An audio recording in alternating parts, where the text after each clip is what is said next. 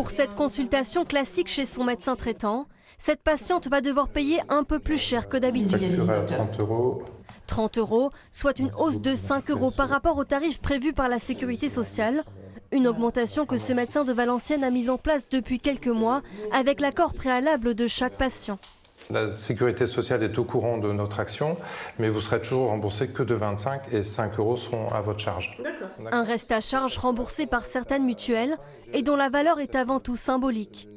On veut simplement avertir qu'il y a un problème, aussi bien pour nous, c'est vrai, mais surtout pour les patients et pour la qualité de la médecine actuellement. Un cri d'alarme pour dénoncer des conditions de travail de plus en plus difficiles. Et la revalorisation d'1,50 € proposée en avril par l'assurance maladie paraît insuffisante. Ça me semble tout à fait légitime que les médecins traitants aujourd'hui puissent protester. Aujourd'hui, c'est les médecins traitants, mais je veux dire, c'est toute une chaîne, c'est toute la chaîne aujourd'hui qui est touchée et qui est en grande difficulté. Et ça ne me choque vraiment pas qu'on me demande aujourd'hui 30 €. Dans les rues de Valenciennes, tous ne sont pas du même avis.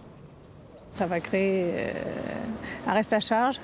Donc voilà, moi je suis pour qu'ils respectent le tarif accordé par la Sécurité sociale.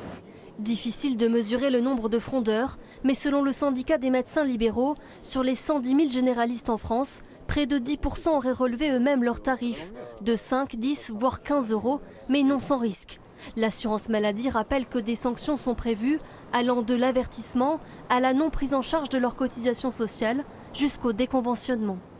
De son côté, le syndicat des médecins libéraux demande au gouvernement d'écouter la détresse des médecins.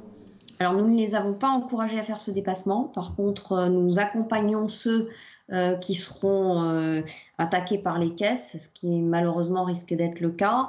Plusieurs syndicats ont déjà annoncé une grève générale et illimitée des médecins libéraux à partir du 13 octobre.